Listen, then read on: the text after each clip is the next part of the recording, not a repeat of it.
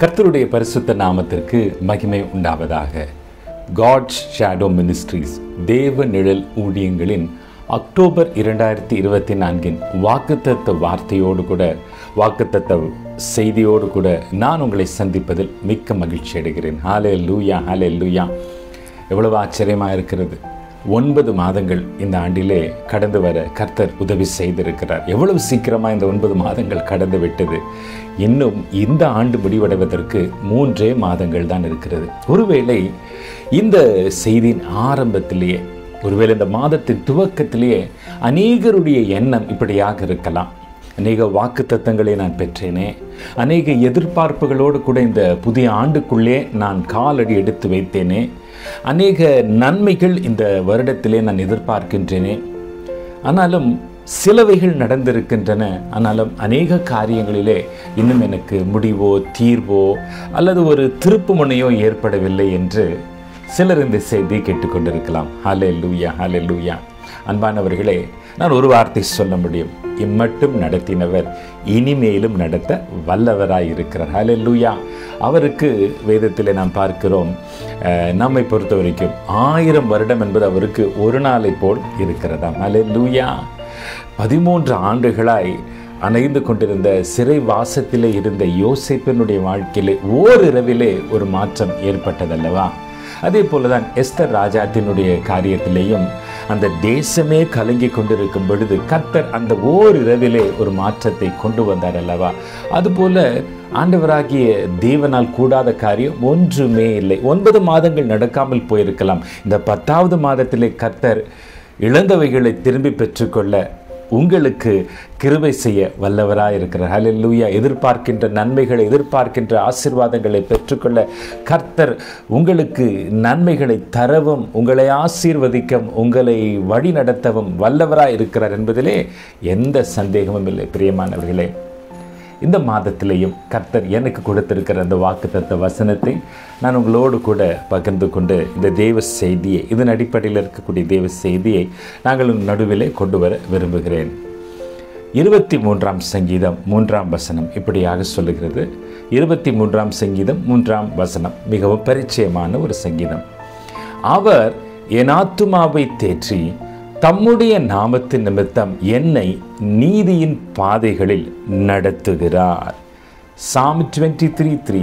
He restoreth my soul, he leadeth me in the paths of righteousness for his name's sake. என்னை நீதியின் பாதைகளில் நடத்துகிறார். He leadeth me in the paths of righteousness. அன்பானவர்களே, இந்த புதிய மாதத்திலே நான் பெற்றிருக்கிற வாக்குத்தத்த வார்த்தை இதுதான். அவர் என்னையும் உங்களையும் நீதியின் பாதையிலே நடத்துவார். பிரியமானவர்களே, இந்த சங்கீதத்தினுடைய முதல் 2 வசனங்களை நாம் வாசிக்கும் பொழுது, 23ஆம் சங்கீதத்தின் முதல் வசனம், கர்த்தரின் மேய்ப்பராய் இருக்கிறார், நான் தாழ்ச்சி அடையேன். அப்போ ஒரு சாத்தியக்கூறான ஒரு அறிக்கையோடு கூட, God is my shepherd, நான் தாழ்ச்சி அடையேன். அப்படின்னா தேவன் இயேசு என்னுடைய தலைவராக இருக்கிறார், என்னை நடத்தி கொண்டு போகிற மேய்ப்பராக இருக்கிறார், நான் ஒரு ஆடாய் இருக்கிறேன், நான் தாழ்ச்சி அடையேன்னு சொல்லி சங்கீதக்காரன் ஆரம்பிக்கிறார். அவர் என்னை புல்லுள்ள இடங்களில் மேய்த்து. அப்போ முதலாவது ஒரு வழியில் நடத்துகிறாராம், நல்ல புல்லுள்ள இடங்களில் நடத்துகிறாராம். அடுத்து ஒரு வார்த்தையை பார்க்குறோம், அமர்ந்த தண்ணீர்கள் அண்டையில் என்னை கொண்டு போய் விடுகிறார்.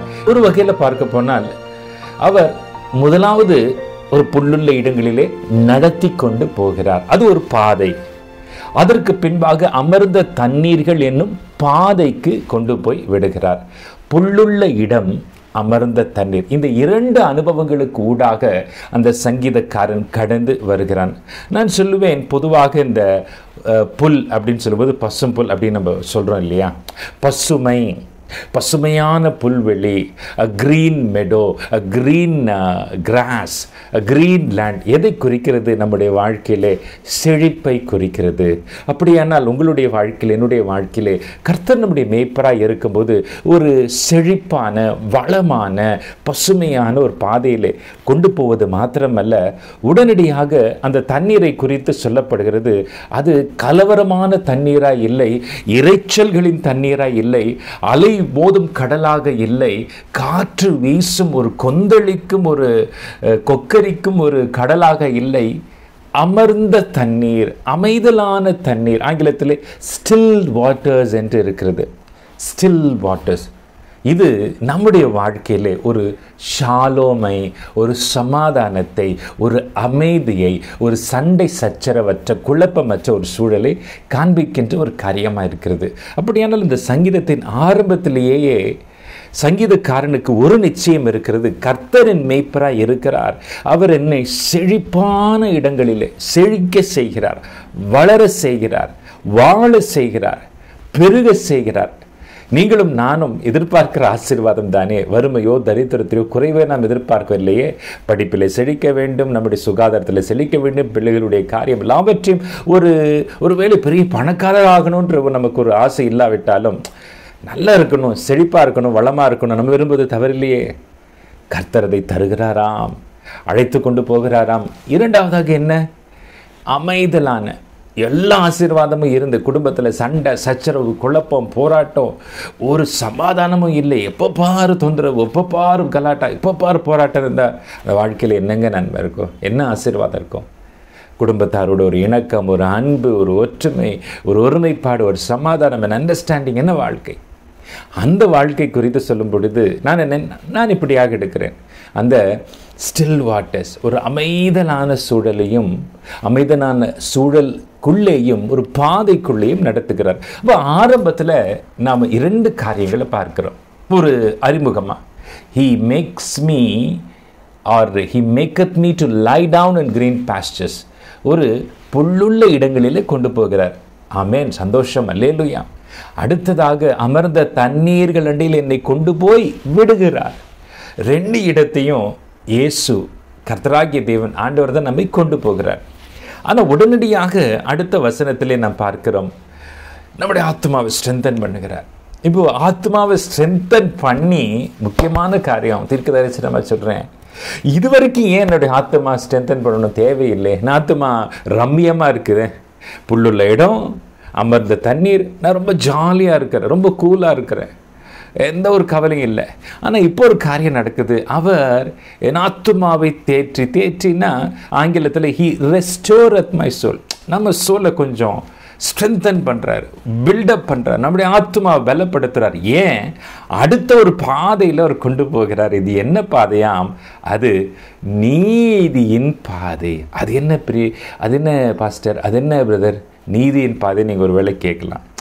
புல்லுள்ள இடம் நம்மளால் விளங்கி கொள்ள முடியுது. ஒரு ஆட்டுக்கு புல் தேவைதானே. அமர்ந்த தண்ணீர்கள், அதையும் விளங்கி கொள்ள முடியுது. ஆட்டுக்கு நல்ல நீர்நிலை, நல்ல தண்ணி குடிக்கணும், அதுக்கும் தாகம் எடுக்கும், ரெஸ்ட் எடுக்கணும், இதெல்லாம் விளங்கி கொள்ள முடியுது. செழிப்பான புல்லின் பாதையை புரிந்து கொள்ள முடியுது, தண்ணீர்களின் பாதையை புரிந்து கொள்ள முடிகிறது. இது என்ன நீதியின் பாதை? ஆனாலும் சங்கீதக்காரன் சொல்லுகிறார், தம்முடைய நாமத்தின் நிமித்தம் அவர் என்னை நீதியின் பாதையில் நடத்துகிறார். அதற்கு முன்பாக அவர் என் ஆத்துமாவை தேற்றுகிறார். பிரியமானவர்களே, இந்த மாதத்திலேயும் இந்த நீதியின் பாதையில் நடத்துகிற தேவனை, அவருடைய வழிகளைத்தான் நாம் தியானிக்க போகிறோம். சுருக்கமாக, நீதியின் பாதைகள் என்றால் என்ன? ஒருவேளை நீதி என்று சொன்னால் வேதத்தின்படி சரியானது, ரைட்டிங். ஆங்கிலத்தில் பாத் ஆஃப் ரைச்சியஸ்னஸ் இருக்கு, ரைட் ப்ளஸ் ரைச்சியஸ்னஸ், அதாவது சரியானவைகள். தேவன் எந்த ஒரு காரியத்தையும் தவறாக செய்கிறது இல்லை இல்லையா? அவர் தவறாக செய்வாரா? அவர் ஐயோ நான் மிஸ்டேக் பண்ணிட்டேன்னு சொல்லுவாரா? எல்லாத்தையும் நேர்த்தியாக, சிறப்பாக, செவ்வையாக செய்கிறவர் தானே நம்முடைய தேவன். தப்பாக செய்கிறவர் அல்ல, மனுஷன் தப்பிப்போம்.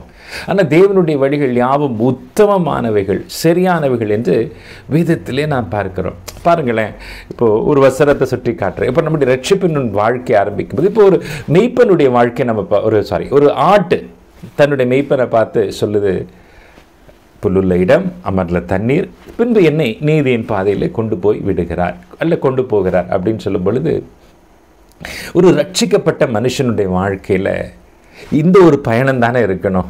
நான் இயேசுவை என்னுடைய மெய்ப்பராக ஏற்றுக்கொண்டேன். அதுதான் யோவான் 10ஆம் அதிகாரம் 10ஆம் வசனத்தில் நாம் பார்க்கிறோம். தன்னை குறித்து சொல்லும்போது, நல்ல திருடவும் கொல்லவும் அழிக்கவுமே வருகிறான், வேறொன்றுக்கும் வரான், நானோ அவைகளுக்கு ஜீவன் உண்டாகும், அது பரிபூர்ணப்படவும் வந்தேன். அது 10ஆம் அதிகாரத்தில், யோவான் 10ஆம் அதிகாரத்தில் ஆடுகளுக்காக ஜீவனை கொடுக்கிற மெய்ப்பன் என்று தன்னை அவர் அறிமுகப்படுத்திக் கொள்ளுகிறார். நம்மை ஆடுகளாகவும் அவர் தன்னை மெய்ப்பனாகவும், சொல்லப்போனால் நல்ல மெய்ப்பனாக, இன்னும் நமக்கு பிரதான மெய்ப்பனாக அவர் இருக்கிறார் என்பதை நாம் அறிந்திருக்கிறோம். பிரியமானவர்களே, இந்த மெய்ப்பனை நாம் ஏற்றுக்கொண்ட உடனே நாம் ஒரு ஜீவிய பாதையிலே கடந்து செல்லுகிறோம். அது ரட்சிக்கப்பட்ட பின் நாம் கடந்து செல்லுகிற ஒரு பாதை. நமக்கு ஒரு வாழ்க்கை பயணம் இருக்கு பிரியமானவர்களே. நம்மையும் கர்த்தர் ஒரு ஜீவிய பயணத்திலே அழைத்து செல்லுகிறார். a pathway of life, a journey of life. நம்முடைய வாழ்க்கையும் ஒரு பயணம் தானே. மோசே எப்படி தம்முடைய ஜனங்களை ஒரு பயணத்தின் வழியாக கொண்டு போனார். அது ஒரு நீண்ட கால பயணமாக இருந்தது, நெடிய பயணமாக இருந்தது. ஒரு 11 நாட்களிலே அவர்கள் கடந்து செல்ல வேண்டிய தூரத்தை 2 காரியம். ஒன்று, அவர்களுடைய முறுமுறுப்பு, அவர்களுடைய ஒரு வணங்கா கழுத்துள்ள சுபாவத்தின் நிமித்தமாய் கர்த்தர் அந்த பிரயாணத்தை நீடிக்க செய்தார், வனாந்திர வழியாக போக செய்தார். ஆனால் வனாந்திர பாதை என்பது ஒன்று ரைட், அவர்களுடைய முரட்டாட்டத்தின் நிமித்தமாய் தாமதமானாலும் அவர்களுக்கென்று ஒரு வனாந்திர வழியை தேவன் முன்குறித்தே வைத்திருந்தார். அவர்களுடைய கீழ்ப்படியாமையினால் மாத்திரமல்ல, ஒருவேளை அவருடைய கீழ்ப்படியாமை அதை நெடுகிய பயணமாக, நெடு நாட்களாய், பல வருடங்களாய் கடந்து செல்லுகிற பயணமாக இது மாற்றிவிட்டாலும், they could have crossed probably in few days. ஆனாலும் வனாந்திர வழி தான் அது. ஒரு வனாந்திர பாதை அவருடைய அநாதி தீர்மானத்தின்படி அவர்களுக்கென்று ஒரு பாதை வைத்திருந்தார். வனாந்திரத்தின் வழியே தான். யாத்திராகமத்தில் பார்க்கும்போது பல நிலைகளிலே அவர்கள் வனாந்திரத்தை கடக்கிறவர்களாகத்தான் காணப்பட்டார்கள். அது தேவன் அவர்களுக்கென்று நியமித்த, வகுத்த, உண்டாக்கின, முன்குறித்த ஒரு பாதை. இந்த வனாந்திரம் என்கின்ற பாதையை நாம் ஸ்கிப் பண்ணி கடந்து போகவே முடியாது. A pathway, a wilderness is a path in the life of a believer. வனாந்திரம் ஒரு விசுவாசியினுடைய வாழ்க்கையிலே தேவன் நியமிக்கும், தேவன் அனுமதிக்கும் ஒரு பாதை, அல்லது தேவன் அழைத்து செல்லும் ஒரு பாதையா இருக்கிறது. ஏன் அழைத்து செல்லும் பாதையா இருக்கிறது? வனாந்திரத்தில் அவர்களை தனியே விடவில்லை. ஒரு மேக ஸ்தம்பமாகவும், ஒரு அக்கினி ஸ்தம்பமாகவும், பகலிலே அவர்களுக்கு ஒரு மேக ஸ்தம்பமாக, இரவினை அக்கினி ஸ்தம்பமாக அவர்களுக்கு நல்ல ஒரு உஷ்ணத்தை குறித்து, நல்ல பாதுகாப்பை கொடுத்து அவர்களை வழிநடத்தினார் என்றும் பார்க்கிறோம்.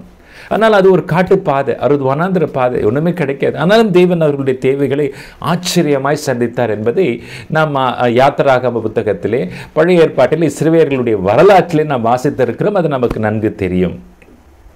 வானத்தின் மன்னாவினால் அவர்களை போஷித்தார், கண்மலை நீரினால் அவருடைய தாகத்தை தீர்க்க பண்ணினார். இதெல்லாம் வனாந்திரத்தில் கர்த்தர் அவர்களுக்கு செய்த நன்மை. பிரியமானவர்களே, இது ஒரு பாதை அல்லவா? ரட்சிக்கப்பட்டு, அதாவது அவங்க இஸ்ரவேல் ஜனத்தார் அவங்க எகிப்திலிருந்து புறப்பட்டு வரும்பொழுது அவங்க இப்பேற்பட்ட பாதையை கடப்பாங்க. உதாரணத்துக்கு, அவங்களுக்கு முன்பாக ஒரு செங்கடல் வரும்னு தெரியாது, யோர்தான் வரும்னு தெரியாது, எரிகோ மதில் சுவர் நிற்கும்னு தெரியாது. All these are paths. இவைகளெல்லாம் அந்த வழியிலே நடத்தி கொண்டு போகிறார். வனாந்திரத்தில் போகணும்னு தெரியாது. அதையெல்லாம் கடந்து போகும் பொழுதுதான், கடந்து போனால்தான் அவர்கள் கானான் தேசத்தை போய் சுதந்திரிக்க முடியும்.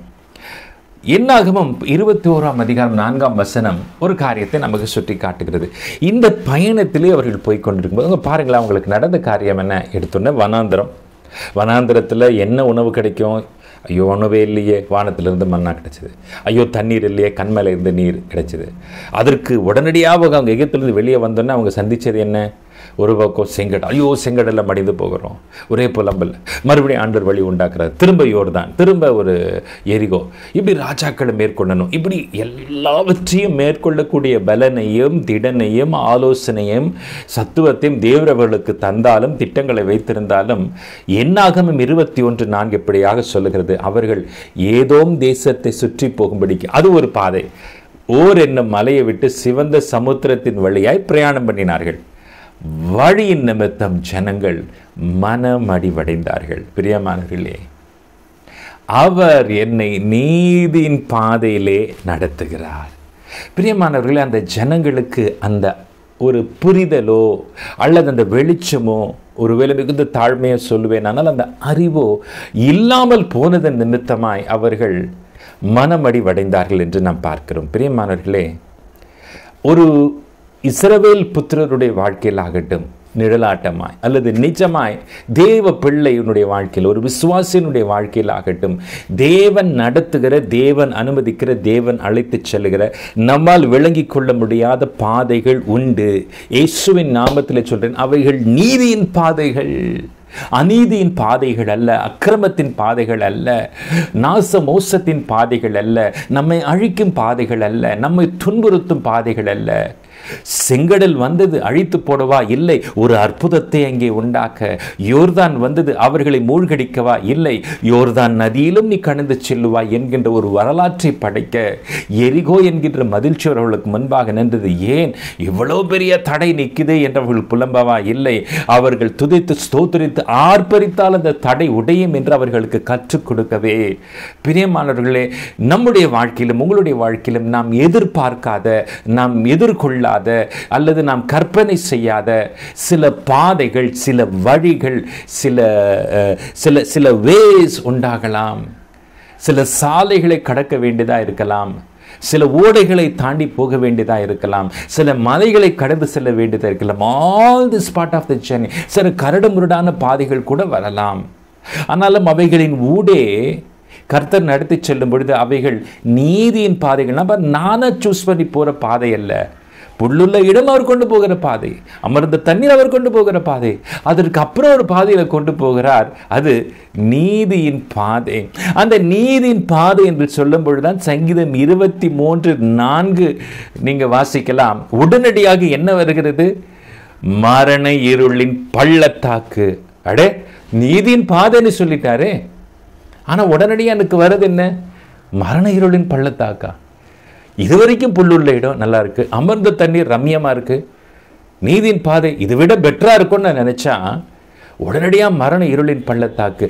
சங்கீதக்காரனுக்கு அந்த புரிதல் இருந்தது. கர்த்தர் என்னை இந்த பாதையிலே நடத்துகிறார், அவருடைய நாமத்து நிமித்தம் நடத்துகிறார். உடனடியாக சங்கீதக்காரன் சொல்லுகிறான், எந்த பொல்லாப்புக்கு நான் பயப்படேன், அவருடைய பாதை, அவருடைய நீதியின் பாதை, அவர் என்னை நடத்தி கொண்டு செல்லுகிற பாதை, அவர் என்னோடு கூட இருக்கிறார், அவருடைய கோலும் தடியும் என்னை தேற்றும்.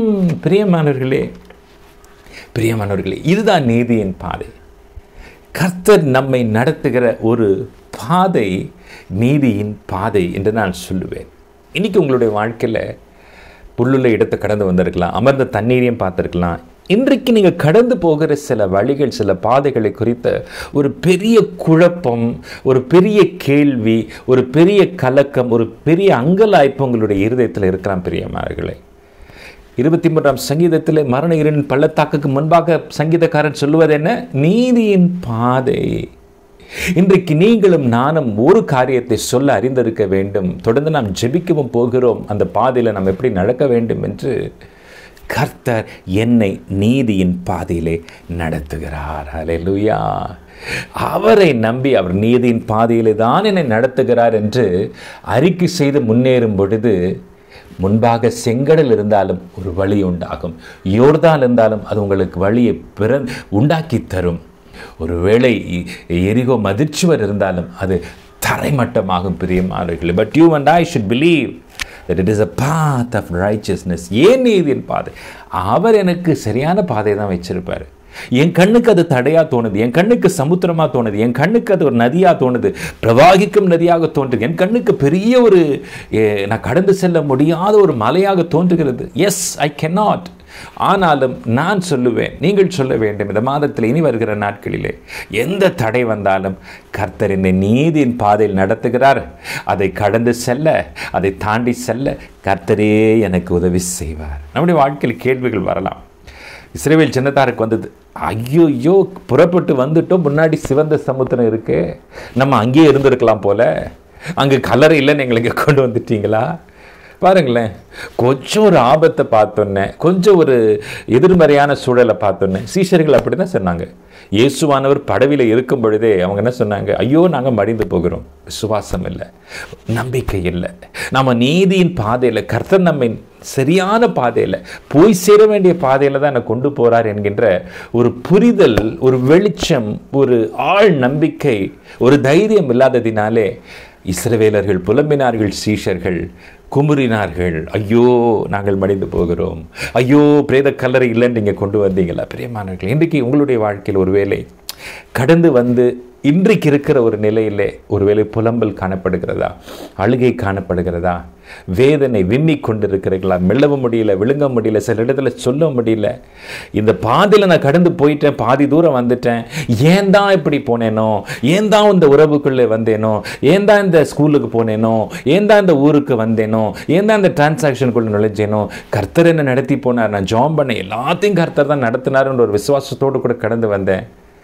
ஆனால் புல்லுள்ள இடமா தெரியலையே, அமர்ந்து தண்ணீராக தெரியலையே, இது என்ன பாதை? ஹல்லேலூயா! அவர் என்னை நீதியின் பாதையிலே நடத்துகிற தேவனாய் இருக்கிறார். ஏன்? அவருடைய நாமத்து நிமித்தம். 145 சங்கீதம் 17 வசனம் சொல்லுகிறது, கர்த்தர் தமது வழிகளில் எல்லாம், அதுதான் நான் சொல்லிட்டு இருக்கிறேன், கர்த்தர் தமது வழிகளில் எல்லாம் நீதி உள்ளவரும் தமது கிரியைகளில் எல்லாம் கிருபை உள்ளவருமாய் இருக்கிறார். பிரியமானவர்களே, அவருடைய வழிகள் எல்லாம் நீதி உள்ள வழிகள். ஆமென். இந்த ஒரு நிச்சயம், இந்த ஒரு நம்பிக்கை, இந்த ஒரு ஃபைனாலிட்டி, இந்த ஒரு பிலீஃப் எனக்கு இருக்கணும். சந்தேகம் இருக்கக்கூடாது.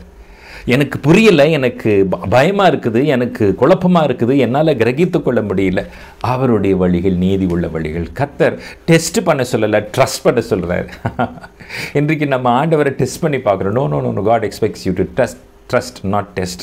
அவரை நம்ப வேண்டும், அவரை சோதிக்க வேண்டும் என்றல்ல, அவர் சரியா தவறா என்று சந்தேகிக்கக்கூடிய, அவரை நம்ப வேண்டும். பிரியமானவர்களே, அவருடைய நாமத்தின் நிமித்தம், அவருடைய நாமம்னா எதை குறிக்குது? அது அவருடைய சுபாவத்தை குறிக்குது, அவருடைய நேச்சரை குறிக்குது, அவருடைய தன்மை குறிக்குது. கர்த்தர் இரக்கமும் உருக்கமும் நீடிய சாந்தமும் கிருபை உள்ளவர், கர்த்தர் அன்புள்ளவர், கர்த்தர் தயவுள்ளவர். இதெல்லாம் அவருடைய தன்மைகள், இதெல்லாம் அவருடைய குணாதிசயத்தை குறிக்குது. பாருங்க, அவர் ஏன் நீதியின் பாதையில் நடத்துகிறார்? அவருடைய நாமத்து நிமித்தம். ஆங்கிலத்தில் ஃபார் ஹிஸ் நேம் சேக். இதை எப்படி விளங்கிக் கொள்ளலாம்? அவர் அன்புள்ளவராக இருக்கிறதுனால, அவருடைய குணாதிசயம் அன்பா இருக்கிறதுனால நம்மையில் அன்பா இருக்கிறார், அல்லது அன்பின் பாதையிலே நடத்துகிறார். அவர் இரக்கம் உள்ளவராக இருப்பதினால், இரக்கம் அவருடைய குணாதிசயமாக இருப்பதினால் உங்களை இரக்கத்தின் பாதையில் நடக்க வைக்கிறார், அல்லது நடந்து போக சொல்லுகிறார். அவர் பரிசுத்த தேவனாய் அவர் பரிசுத்தராக இருப்பது போல நாமும் பரிசுத்தராக இருக்க வேண்டும். அது அவருடைய பாதை. நம்முடைய பிள்ளைகள் அதே பாதையில் நடக்க வேண்டும். Because I love you also love, இல்லையா? நான் அன்பா இருக்கிறேன், நீங்களும் அன்பா இருங்கன்னு சொன்னார். நான் பரிசுத்தமாக இருக்கிறேன், நீங்களும் பரிசுத்தமாக இருங்க. நான் இரக்கமாக இருக்கிறேன், நீங்களும் இரக்கமாக இருங்க.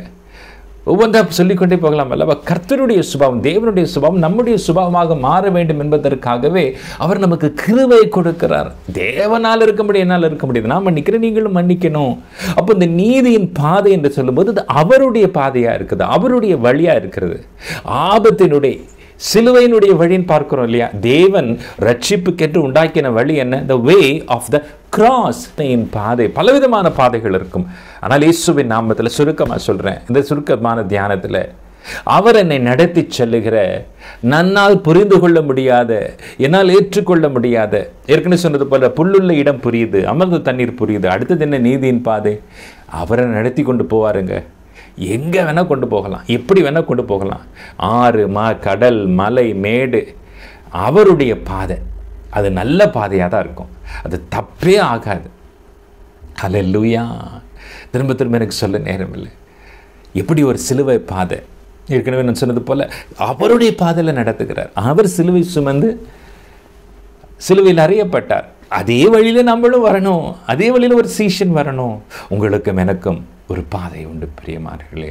அது கெட்ட பாதை அல்ல, தீய பாதை அல்ல, கேட்டுக்கு நேரே கொண்டு போகிற பாதை அல்ல, அழிவுக்கு நேரே கொண்டு போகிற பாதை இல்லை, நித்திய ஜீவனுக்கு நேரே, பரலோக வாழ்வுக்கு நேரே கொண்டு போகிற பாதை. இயேசுவின் நாமத்தில் சொல்கிறேன், அது நீதியின் பாதை.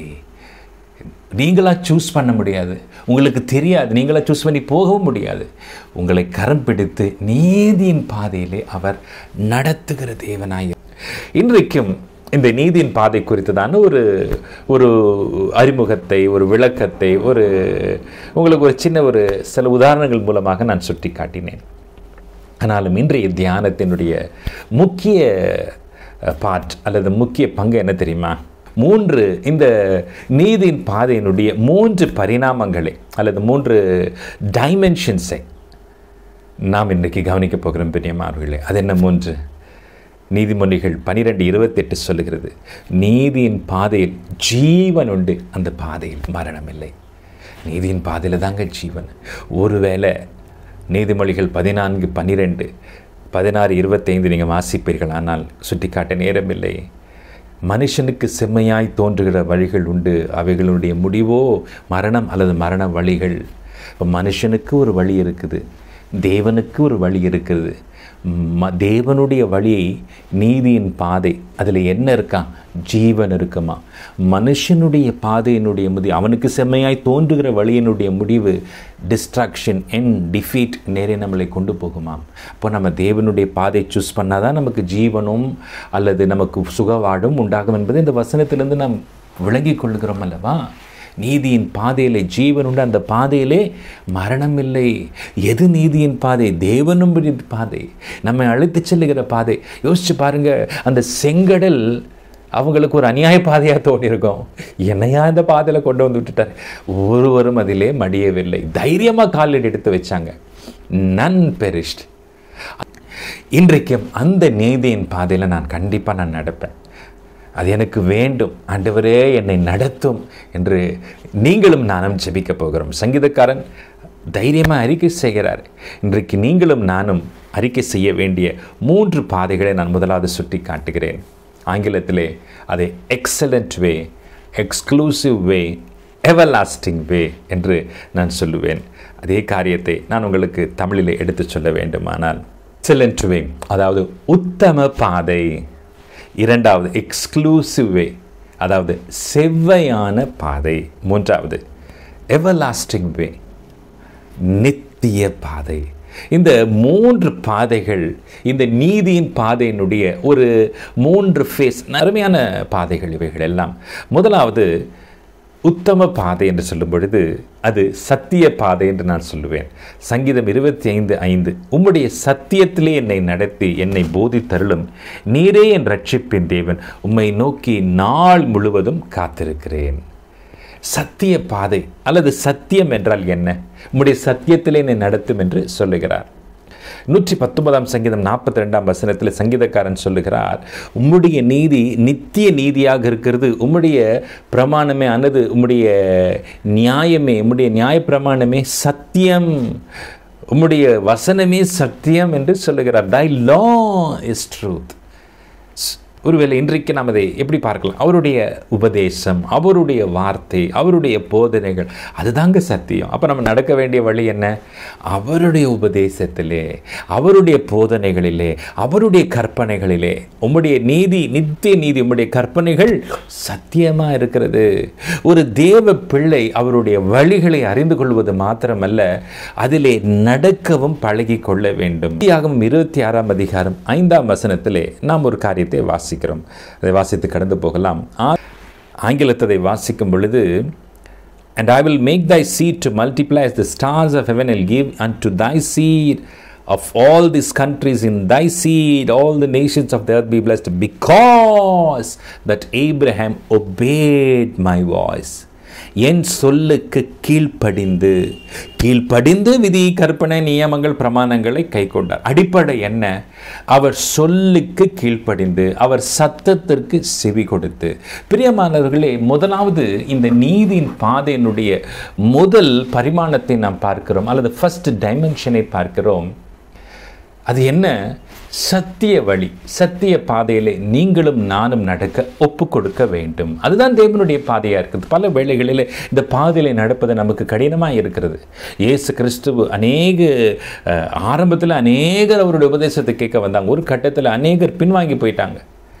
அவருடைய உபதேசம் கடினமாக இருக்கிறது. இன்றைக்கும் சில நேரங்களில் சத்திய வார்த்தைகள் நமக்கு கடினமான உபதேசமாக இருக்கும். இதெல்லாம் செய்யணுமா, இந்த காரியத்துக்கெல்லாம் ஒப்பு கொடுக்கணுமா, இப்படி பிரிந்து வாழணுமா, இப்படி உலகத்தோடு கூட சேரக்கூடாதா, உலக வேஷம் தரிக்கக்கூடாதா, இந்த பழக்கங்கள்லாம் இந்த படங்களை பார்க்கக்கூடாதா, இந்த நண்பர்களோட கூட சேரக்கூடாதா, இல்லை வேறு பிரித்து வாழும் வாழ்க்கை, அவர்கள் செய்யலாம் நீ செய்யக்கூடாது. இப்படி சத்தியத்தை கேட்கும்போது பல வேளைகள் நமக்குள்ளே இப்படிலாம் வாழணுமா, ஒரு காம்ப்ரமைஸ் உள்ள போகணும்னு மனசு தோணும். இல்லை பிரியமானவர்களே, சத்தியவான் எவனும் அவருடைய சத்தத்திற்கு செவி கொடுக்கிறான். பாருங்களேன், இது கடினமாக தான். ஆபிரகாம் தேவனுடைய சத்தத்தை கேட்டு எல்லாத்தையும் விட்டுட்டு வந்தார். சேலஞ்ச் இல்லையா? நடந்த சம்பவங்கள் எல்லாம் பாருங்கள். வாக்குத்தத்தம் பெற்றுக்கொண்டு 25 ஆண்டுகள் காத்திருந்தார்.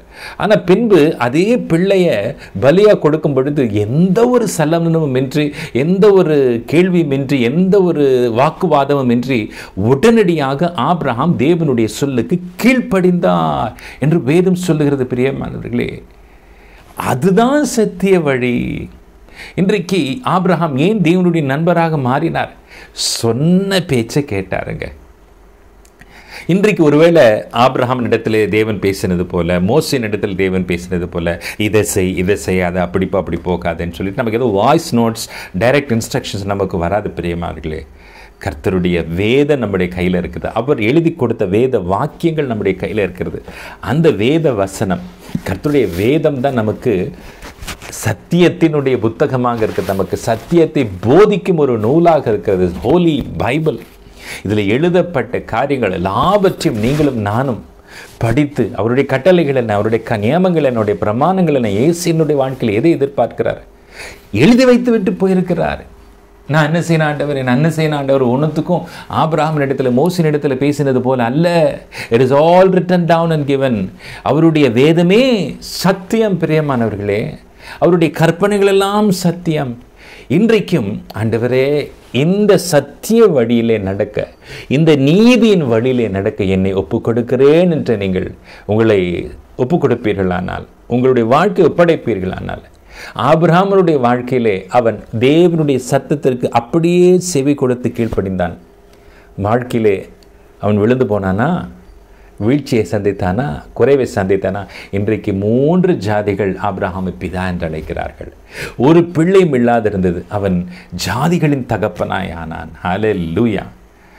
எவ்வளோ பெரிய ஆசீர்வாதம் பிரியமானவர்களே. அவனுக்கு எந்த குறைவும் இல்லை, எந்த தாழ்ச்சியும் இல்லை. ஆபிரகாம் சீமானாய் மாறினான். ஏன்? கர்த்தருடைய கர்த்தருடைய சொல்லுக்கு செவி கொடுத்தான். இன்றைக்கும் இதுதான் நீதியின் பாதை. உங்களுடைய வாழ்க்கையிலும் அந்த நீதியின் பாதை ஒன்று இருந்தது. ஆபிரகாமுக்கு மலையிலே ஏறுவது ஒரு நீதியின் பாதை. தேவனுக்கு அது சரியாய் தோன்றியது, அவருக்கும் சரியாக தோன்றியது. நான் கடந்து போகிறேன், ஈசாக்கை கொடுத்தவர் இன்னொரு ஈசாக்கை தரமாட்டார். கர்த்தர் மேல் விசுவாசம் வைத்தான், நடந்து சென்றான். அது அவனுக்கு நீதியாக எண்ணப்பட்டது என்று வேதம் சொல்லுகிறது. இந்த பாதையிலே, நீதியின் பாதையிலே கடந்து சென்ற ஆபிரகாம் மரணத்தை சந்தித்தானா? ஈசாக்கை பலியிட்டானா? இல்லை, ஜீவன் உண்டானது. பிரியமானவர்களே, ஹல்லேலூயா! நீதியின் பாதையில் ஜீவன் உண்டு, மரணம் இல்லை. நீதியின் பாதையில் அவர் என்னை நடத்தி செல்லுகிறார். ஆபிரகாம் பலனை பெற்றுக் கொண்டது போல இந்த உத்தம பாதையிலே, இந்த சத்திய பாதையில் உத்தமமான வழி, best way in the world is the way of the word என்று சொல்லுவேன். The best way in the world is the way of the word. அவருடைய வார்த்தையின் வழி, அவருடைய சத்தியத்தின் வழி நீங்கள் நடந்து போங்க. உலகத்தில் 1000 பேர் 1000 வழிகளை சொல்லலாம், 1000 ஆலோசனை கொடுக்கலாம். இந்த ஆலோசனையில் நீங்கள் நடங்க. முடிவிலே வெற்றி, ஆசீர்வாதம், பலன், உயர்வு எல்லாம் உங்களுக்கு இருக்கும் பிரியமானவர்களே. ஹல்லேலூயா! முதலாவது உத்தம வழி, அது சத்திய வழி. I told you exclusive way. சங்கீதம் 27:11. Teach me thy way, O Lord, and lead me in a plain path because of my enemies.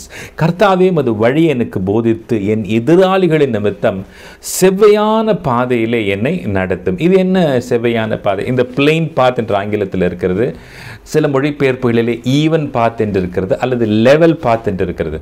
ஒரு வாகனத்தை நம்ம ஓட்டி கொண்டு போகும் பொழுது அந்த சாலை நல்ல ஈவனாக ஒரு என்ன சொல்கிறது, ஒரே நிலையில் இருந்தால் தான், மேடு பள்ளமாக இல்லாமல் இல்லாமல் ஒரு சமமான நிலையில் இருந்தான வாகனங்கள் நல்ல ஒரு விபத்தின்றி ஆபத்தின்றி அல்லது நல்ல ஸ்மூத்தாக போக முடியும். ஒரு மொழிபெயர்ப்பில் ஸ்மூத் பாத் என்றும் போடப்பட்டிருக்கிறது. ஆனால் இங்கே ஜெபிக்கிறார், பிரியமானவர்களே, உமது வழி எனக்கு போதித்து என் எதிர்கால நிமித்தம் செவ்வையான பாதையில் என்னை நடத்தும். முதலாவது ஒரு பாதையை பார்த்தோம், அதை நான் உங்களுக்கு உத்தம பாதை என்று சொன்னேன். சங்கீதக்காரன் சத்தியத்திலே என்னை நடத்தும் அல்லது சத்திய பாதையில் என்னை நடத்தும் என்று சொல்லுகிறார். இரண்டாவது, இதை ஆங்கிலத்தில் எக்ஸ்க்ளூசிவ் வே என்று உங்களுக்கு சொன்னேன். தமிழில் இதை நாம் கவனித்தோம். இது செவ்வையான பாதையாக நாம் இருக்கிற இந்த வசனமே நமக்கு சொல்லுகிறது. இது என்ன செவ்வையான பாதை? சற்று நான் ஆராய்ந்து பார்க்கும் பொழுது ஆங்கிலத்திலே பான்ஸ் நோட்ஸ் என்கின்ற ஒரு விளக்க உரையிலே அது ஒரு சமமான ஒரு லகுவான பாதை என்று போடப்பட்டிருக்கிறது. இன்னும் அவர்கள் விளக்கும் போது சொல்லுகிறார்கள், இது சங்கீதக்காரன் எதற்காக ஜெபித்திருப்பான் என்றால், பல வேளைகளிலே என்னுடைய சத்துருக்களை, என்னுடைய எதிராளிகளை, எனக்கு எதிராக வரக்கூடிய பிரச்சனைகளை, போராட்டங்களை நான் மேற்கொள்வதற்கு எனக்கு சரியாக புத்தியான ஒரு தீர்மானம் எடுக்கணும். அவசரப்பட்டு நான் தவறான தீர்மானம் எடுக்கக்கூடாது. ஒரு ஞானம், ஒரு நிதானம், ஒரு புரிதலோடு கூட ஒரு என்ன சொல்கிறது, லெவல் ஹெட்டட் என்று சொல்லுவாங்க. அவசரப்பட்டு ஒரு ஆத்திரப்பட்டு இல்லை கோபத்தில் எகிரக்கூடாது. சாந்தமாக நிதானமாக இந்த பிரச்சனையை நான் எப்படி கையாளுறது, இந்த எதிரி எப்படி மேற்கொள்ளுறது, பல்லுக்கு பல்லு கண்ணுக்கு கண்ணுனா இல்லை, நான் அவன்கிட்ட எப்படி பேசலாம். இன்றைக்கு நமக்கு கோலியாத்துகளோ அல்லது பெலிஸ்தியர்களோ கடந்து வருகிறது இல்லை. நம்ம வேலை ஸ்தலத்தில் சந்திக்கிற பிரச்சனைகள், பள்ளிக்கூடத்தில் சந்திக்கிற பிரச்சனைகள், குடும்பத்தில் சந்திக்கிற பிரச்சனைகள் நமக்கு எதிரடையாக வரும், எனிமிகளைப் போல வரும். எழுத்தின்படியே நம்ம சிவந்த சமுத்திரத்தை பார்க்க மாட்டோம். எழுத்தின்படியே நமக்கு நமக்கு முன்பாக ஒரு பெரிய கடன் பிரச்சனை நிற்கலாம், பெரிய ஒரு நம்மளை மிரட்டக்கூடிய ஏதோ ஒரு பிரச்சனை நின்று கொண்டு இருக்கலாம். எப்படி அந்த பாதையை கடக்க போகிறோம்? ஆண்டவரே, என்னை செவையான பாதையில் நடத்தும். ஏன்? எதிராளிகளின் நிமித்தம், எதிராய் வரக்கூடிய சூழ்நிலை நிமித்தம். செவையான பாதை என்ன? இப்போ யோசிச்சு பாருங்களேன். இப்போது சீஷர்கள் படவில் இருக்கிறாங்க, இயேசு படுத்து உறங்கி கொண்டு இருக்கிறார். திடீர்னு காற்று வீசுது, கடலில் கொந்தளிக்குது, படகு மூழ்கி போகிற நிலையில் இருக்குது. பதற்றத்தில் அவங்க எடுத்த முடிவு என்ன? இயேசுவே தட்டி எழுப்புறாங்க. எழுப்புறது தப்பில்லை. ஆனால் அவங்களுக்கு எடுக்க வேண்டிய பாதை, ஏசு எங்கள் கூட இருக்கிறாரு, முழுகுன்னா அவர் கூட தான் முழுக போகிறோம், அவர் நம்மளை காப்பாற்ற மாட்டாரா, அவர் தூங்கட்டும், அதெல்லாம் அவர் பார்த்துப்பார். அது செவையான பாதை. நம்ம சிந்தை, God is with us, why should I fear? யோசிச்சு பாருங்க, கோலியாத்துக்கு முன்பாக கோலியாத் முழு இஸ்ரவேல் சேனையே அல்லது தேசத்தையே கலங்கடித்து கொண்டிருந்தான். அவங்களுக்கு என்ன செய்யறதுன்னு தெரியல. they were troubled. ஆனால் சின்ன பையன் தாவீது உள்ள நுழைஞ்சி அவன் பார்க்குறான், நான் இந்த பெலிஸ்தியனை மேற்கொள்ள முடியும், முறியடிக்க முடியும். எழுத்தின்படி பார்த்தா சின்ன பையன், அவன் பெரிய யுத்த சம்பந்தன், அவன் யுத்த வீரன், நல்ல தளவாடங்களோடு கூட இருக்கிறான். ஒரு சேனையே பயந்து நிற்குது. அவன் ஒருத்தர் ஒண்டிக்கொண்டு யாராச்சும் வருவாங்களா என்னோட கூட அதாவது 1-to-1 ஃபைட் பண்ண யாராவது வருவாங்களான்னு கேட்கும்போது யாராலையும் அவங்க போய் நிற்க முடியல. ஆனால் அந்த இடத்துல அவன் ஒரு வழி எடுக்கிறார். அது என்ன வழி தெரியுமா? ஆயுதத்தின் வழி அல்ல, ஆவிக்குரிய வழியிலே தாவீது போராட்டத்தை திருப்புகிறான். That is the plain path, that is the even path, and that is the level path. I would say செவையான வழி அதுதாங்க. இந்த எதிரியை மேற்கொள்றதுக்கு கத்தி ஒரு என்ன சொல்கிறது, ஒரு சவுலனுடைய வஸ்திரம் எனக்கு தேவையில்லை, சவுலனுடைய பட்டயம் எனக்கு தேவையில்லை. எனக்கு தேவையானது தேவனுடைய உதவி, எனக்கு தேவையானது தேவனுடைய ஒத்தாசை. அதுக்கு எனக்கு அந்த கவனம் கல் இருந்தால் போதும். இது செவையான பாதை, ரைட் வே, பெஸ்ட் வே என்று கூட சொல்லலாம்.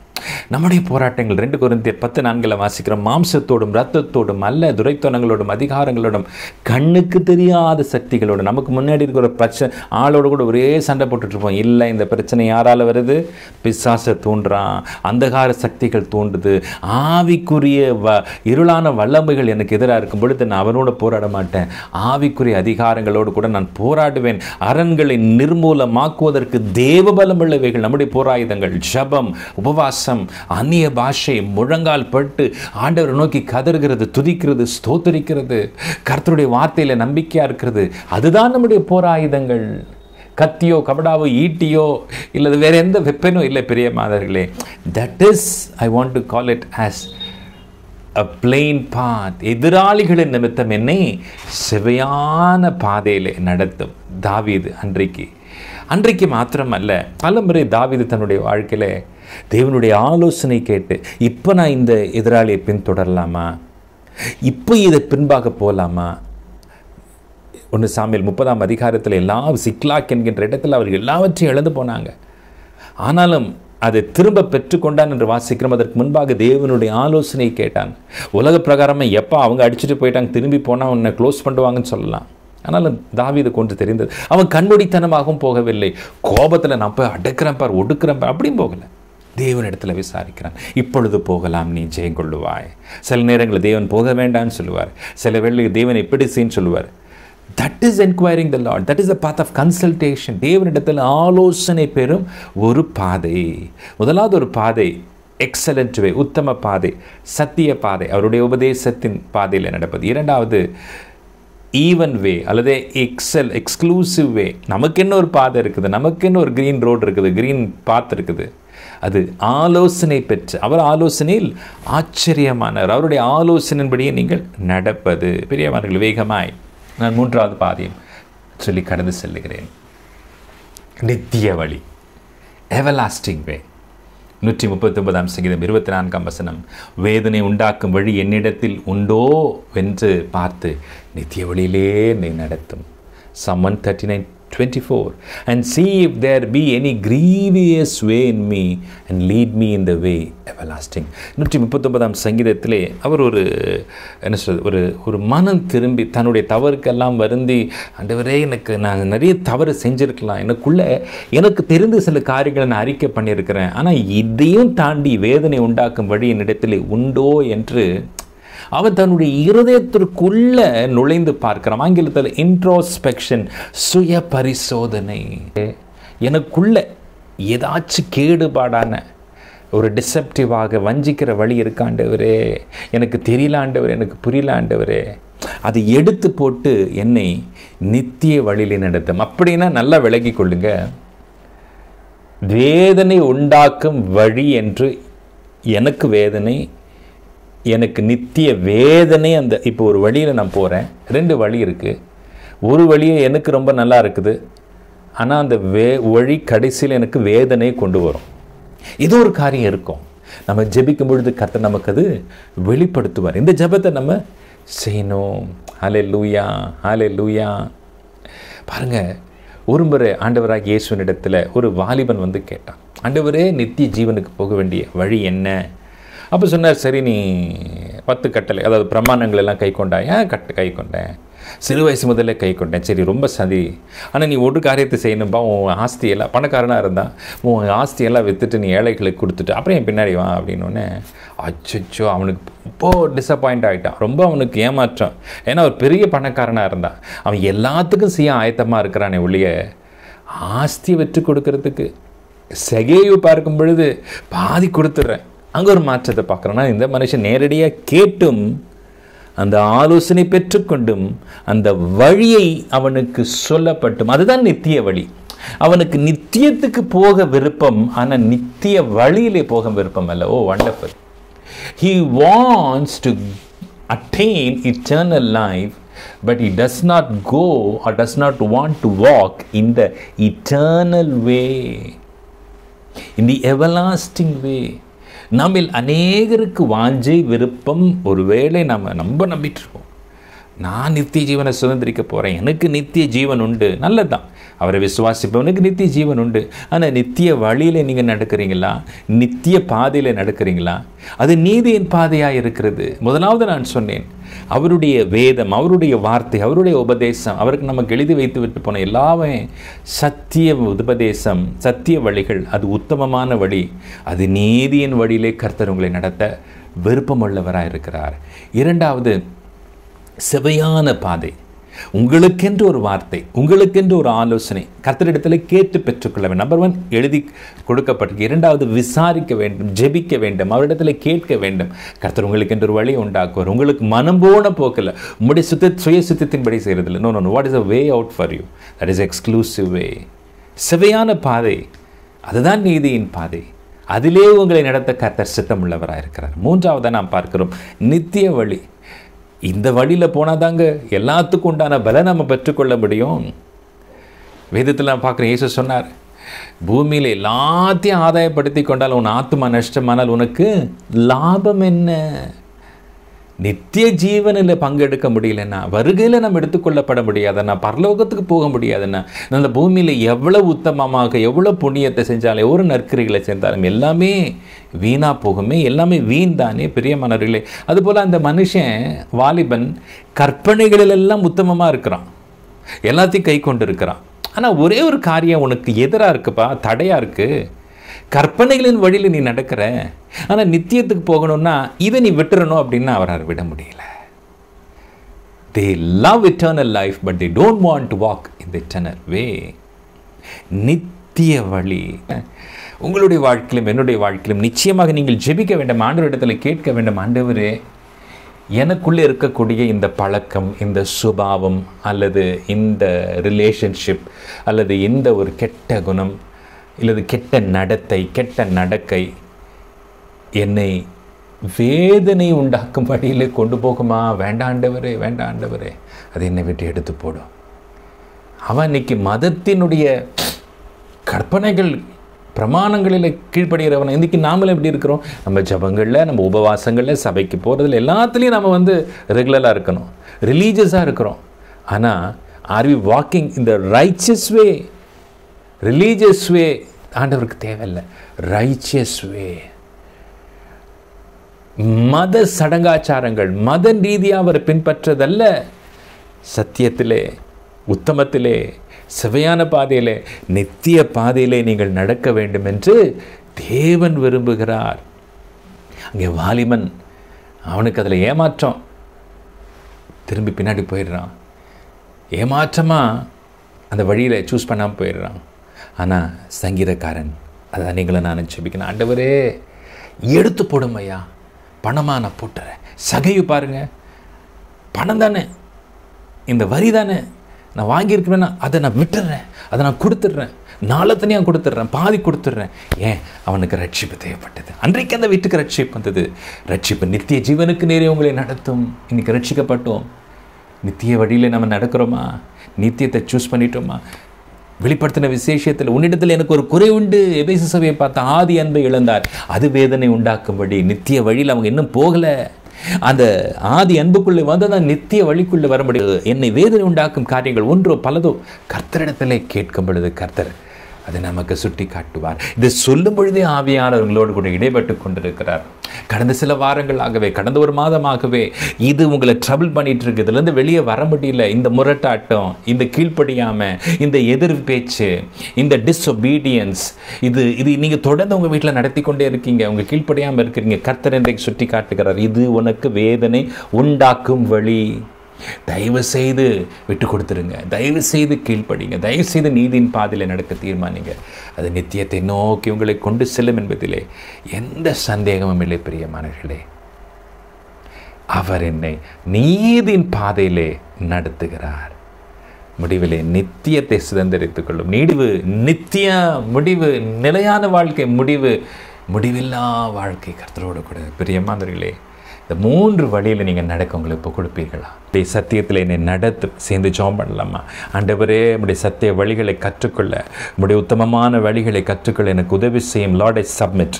இன்றைக்கு ஒப்புக்கொடுங்க, இன்றைக்கு ஒப்புக்கொடுங்க. ஆண்டவரே, உடைய சத்தியத்தில், உடைய உபதேசத்தில் நடக்க என்னை ஒப்புக்கொடுக்கிறேன்னு சொல்லுங்கள், ஒப்புக்கொடுக்கிறேன்னு சொல்லுங்கள். சேர்ந்து கொஞ்சம் நேரம் ஜெபம் பண்ணலாமா? ஆண்டவரே, Lord, I submit to walk in the way of truth. Lord, I submit to walk in the way of truth. சத்திய பாதையில் உத்தம வழியில் நடக்கிறேன்னு சொல்லுங்கள். அடுத்ததாக செவையான பாதையை உங்களுக்கு என்று வைத்திருக்கிறார். கர்த்தரிடத்தில் ஆண்டவரே ஒரு கன்சல்ட் பண்ணுறதுக்கு, ஆண்டவரே அந்த சுபாவத்தை மனுஷனுக்கு செம்மையாய் தோன்றுகிறது போல எனக்கு செம்மையாய் தோன்றுகிற வழியில நடக்காமல் தாவீது விசாரித்தது போல, தாவீதுக்கு இருந்த ஆவிக்குரிய உள்ளுணர்வு போல உடைய வழிகள் என்ன, பூர்வ பாதைகள் எவைகள் என்று விசாரித்து அதிலே நட என்று வேதத்தில் சொல்லப்பட்டிருக்கிறது. நான் விசாரித்து நடக்கக்கூடிய ஒரு கிருபையை, ஒரு எண்ணத்தை, ஒரு பழக்கத்தை எனக்கு தாங்கப்பா. உத்தமமான உடைய வழியிலே நடக்க, ஆண்டவரை எனக்கென்று வைத்திருக்கிற செவையான பாதையிலே நடக்க நடக்க எனக்கு உதவி செய்யுங்க. அது மாத்திரமல்ல, வேதனை உண்டாக்கும் வழி என்னுடைய வாழ்க்கையிலிருந்து எடுத்து போட்டு அப்போதான் நித்திய பாதையில் நடக்க முடியும். ஆண்டவரே, என்னை நித்திய வழியில் நடத்துங்க. ஆண்டவரிடத்தில் கேட்பீங்களா? ஆண்டவரே, என்னை சுய பரிசோதனை செய்து எனக்குள்ளே இருக்கிற அழுக்கு, பாவ, தூசி, அக்கிரமங்கள் எல்லாம் நீக்க கர்த்தர் எங்களுக்கு உதவி செய்வீராக. A prayer of submission, a prayer of consultation, a prayer of introspection. ஆம் தகப்பனே, கர்த்தாவே, இந்த நாளிலே இயேசுவே, எனக்கு எங்களுக்கு கொடுத்திருக்கிற இந்த நல்ல வாக்குத்தத்தத்திற்காக துதிக்கிறோம், ஸ்தோத்திரிக்கிறோம். சங்கீதக்காரன் சொன்னது போல நீதியின் பாதையில் எங்களை நடத்துகிற தேவனாய் இருக்கிறீர். அந்த நீதியின் பாதையினுடைய பல காரியங்களை தியானிக்க உதவி செய்தீர். ஒரு பக்கம் அது உத்தமம், ஒரு பக்கம் அது செவ்வை, இன்னொரு பக்கம் அது நித்திய வழியாய் இருக்கிறது. இதை நான் கடந்து செல்ல வேண்டும் என்றால் உம்முடைய வழிகளுக்கு நாங்கள் எங்களை ஒப்புக் கொடுக்கிறோம். உம்முடைய சத்தியத்திற்கு எங்களை ஒப்புக் கொடுக்கிறோம். உம்முடைய ஆலோசனைகளுக்கு நாங்கள் செவி கொடுக்கிறோம். லாபத்திற்கு மேலாக இப்பொழுதே எங்களுடைய வாழ்க்கையிலே இந்த வழியிலே போகுவதற்கு தடை செய்கிற எல்லா வேதனை உண்டாக்கும் வழிகளை, எண்ணங்களை, யோசனைகளை, பழக்கங்களை இப்பொழுதே எங்களுடைய இருதயத்தை வைத்து பிடுங்கி போடும்படி, எடுத்து போடும்படி ஆட்சேபிக்கிறோம். ஆண்டவரே, கர்த்தாவே, எங்களுக்கு உதவி செய்யும், எங்களுக்கு உதவி செய்யும். பொய் வழி எங்களுக்கு வேண்டாம் ஆண்டவரே. கரடு முரடான தோல்வியின் பாதைகள் எங்களுக்கு வேண்டாம் ஆண்டவரே. நாங்கள் முடிவிலே செல்ல வேண்டிய நித்திய ஆண்டவரே போய் சேர வேண்டிய வழியிலே எங்களை அழைத்து செல்லும். நானே வழியும் சத்தியமும் ஜீவனமாய் இருக்கிறேன் என்று சொன்னீர் ஆண்டவரே. உம்முடைய வழியை பின்பற்றி ஆண்டவரே நமக்கு பின்பாக சென்று நித்தியத்தை சுதந்திரிக்கிறவர்களாய் நாங்கள் மாற வேண்டுமே ஒழிய அதை இழந்து போகிறவர்களாய் நாங்கள் மாறக்கூடாதப்பா. ஆம் தகப்பனே, நீர் எங்கள் ஆத்துமாவை தேற்றி உம்முடைய நாமத்தின் நிமித்தம் எங்களை நீதியின் பாதையிலே நடத்துகிறீர். ஹல்லேலூயா, ஹல்லேலூயா. நன்றி ராஜா, நன்றி ராஜா. நீர் அப்படியே செய்வதற்காக உமக்கு நன்றி, நன்றி, நன்றி. இயேசுவின் நாமத்தில் பிதாவே, ஆமீன், ஆமீன், ஆமீன், ஆமீன். கர்த்தர் நல்லவர், அவர் கிருபை என்றும் உள்ளது. தம்முடைய நாமத்தின் நிமித்தம் அவர் உங்களையும் என்னையும் இந்த மாதத்திலே மாத்திரமல்ல, இனி வருகிற மாதங்களிலேயும் இனி வருகிற வருடங்களிலேயும் கர்த்தர் நீதியின் பாதையிலே நடத்துவார். அது சத்திய உத்தமமான பாதை, அது செவையான பாதை, அது நித்திய பாதை. இந்த செய்தி உங்களுக்கு பிரயோஜனமாக இருக்குமானால் கமெண்ட்ஸில் உங்களுடைய சாட்சியை பகிர்ந்து கொள்ளுங்கள், வாட்ஸ்அப்பில் அனுப்புங்கள். மற்றவர்களுக்கு இந்த லிங்கை அனுப்பி அவர்களும் இந்த செய்தியை கேட்டு கர்த்தருக்குள்ளே பலப்படும்படி உற்சாகப்படுத்துங்கள். கர்த்தர் தாமே உங்களை ஆசீர்வதிப்பாராக. ஷாலோம்.